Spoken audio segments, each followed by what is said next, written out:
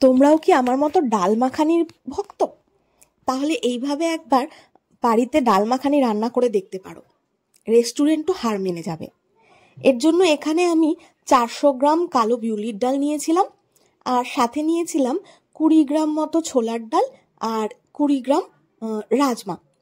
ছোলার ডাল আর রাজমাটা একসাথে ভিজিয়ে রেখে দিয়েছিলাম।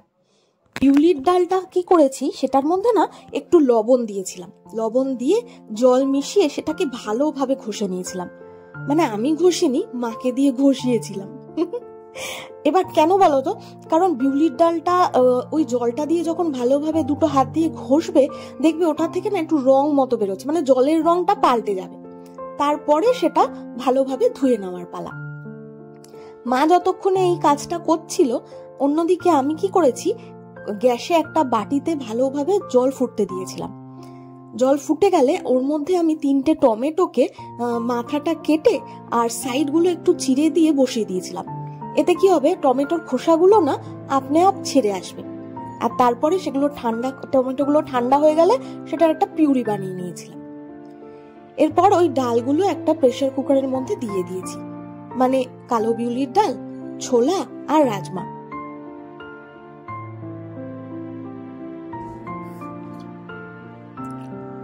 জলের পরিমাণটা আমি নিয়েছি ঠিক 2 কড়ের মতো।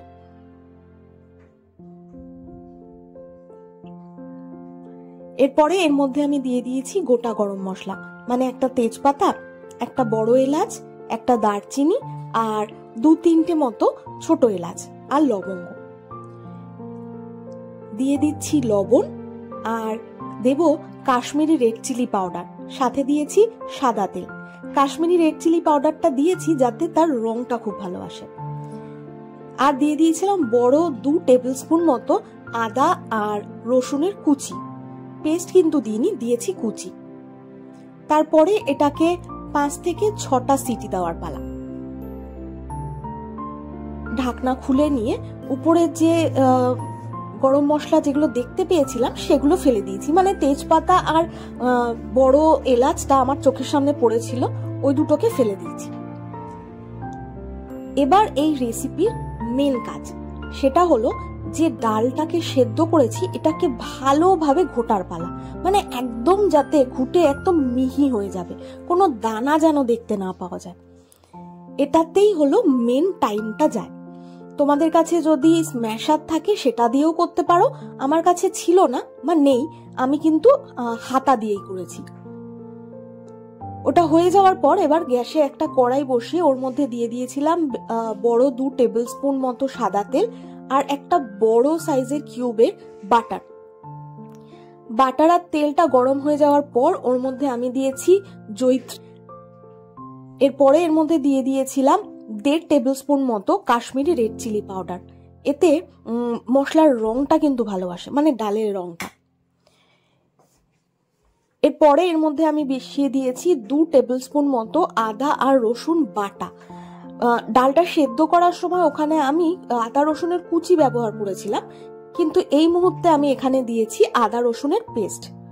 এরপরে ওই বাটারের মধ্যে আদা রসুনটাকে ভালোভাবে কষানোর পালা, যাতে রসুন আর আদার কাঁচা গন্ধটা চলে যায়।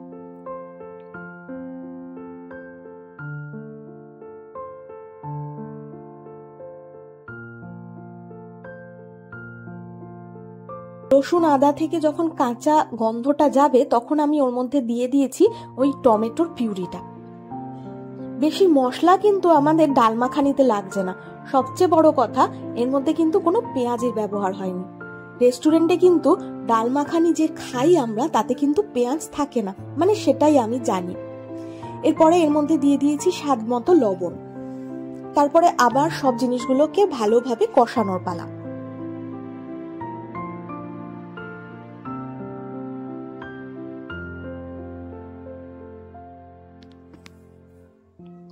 দিয়ে দিয়েছি হাফ টিস্পুন জিরে গুঁড়ো, আর দেব 1 টেবিল স্পুন ধনে গুঁড়ো, আর সাথে দিয়ে দেব হাফ টিস্পুন গরম মশলার গুঁড়ো। মশলা কিন্তু আমাদের এর বেশি আর লাগছে না।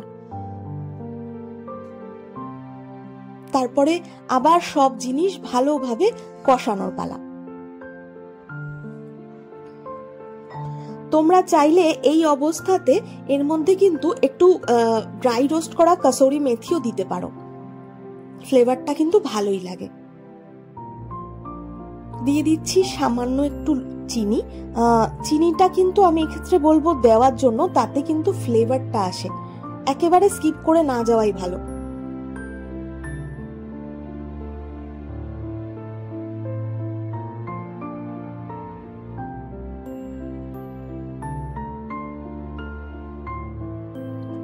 মশলা যখন ভালোভাবে কষে গেছে, মানে সেখান থেকে তেল ছাড়তে শুরু করেছে, তখন এর মধ্যে আমি দিয়ে দিচ্ছি ওই ঘুটে নেওয়া ডাল।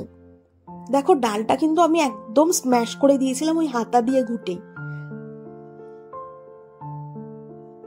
কারণ আমরা রেস্টুরেন্টে যখন দেখবে ডাল মাখানি খাই, ওর মধ্যে কিন্তু ডালের দানা, মানে ডালের যে দানা সেগুলো কিন্তু পাই না।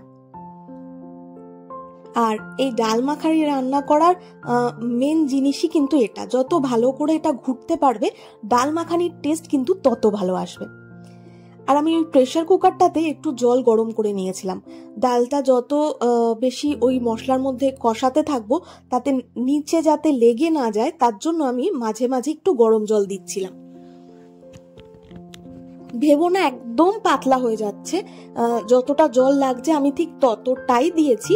এটা যখন ঠান্ডা হবে তখন কিন্তু টেক্সচারটা একদম পাল্টে যাবে, এতটা জল কিন্তু থাকবে না।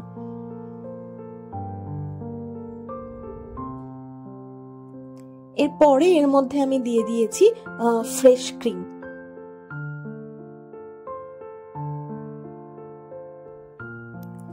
ডাল মাখানির আসল রান্না কিন্তু শেষ। এবার সেকেন্ড পর্যায়ে কি করব, যে তড়কা প্যানটা আছে ওর মধ্যে আমি দিয়ে দিয়েছি 1 টেবিল স্পুন সাদা তেল আর একটা বড় সাইজের কিউবের বাটার। তারপরে তেল আর বাটারটা গরম হলে ওর মধ্যে আমি দিয়ে দিয়েছি কাসুরি মেথি, এটা ড্রাই রোস্ট করে রাখা ছিল আগে থেকে। আর দিয়েছি 1.5 টেবিল স্পুন মতো কাশ্মীরি রেড চিলি পাউডার। আর এটাকেই এরপরে উপরে দিয়ে ছুঁকে দেব। ব্যাস, আমাদের ডাল মাখানি কিন্তু রেডি। বাড়িতে কিন্তু অবশ্যই একবার এভাবে ট্রাই করে দেখো, আমার মনে হয় রেস্টুরেন্টের থেকে কিন্তু কম কিছু হবে না।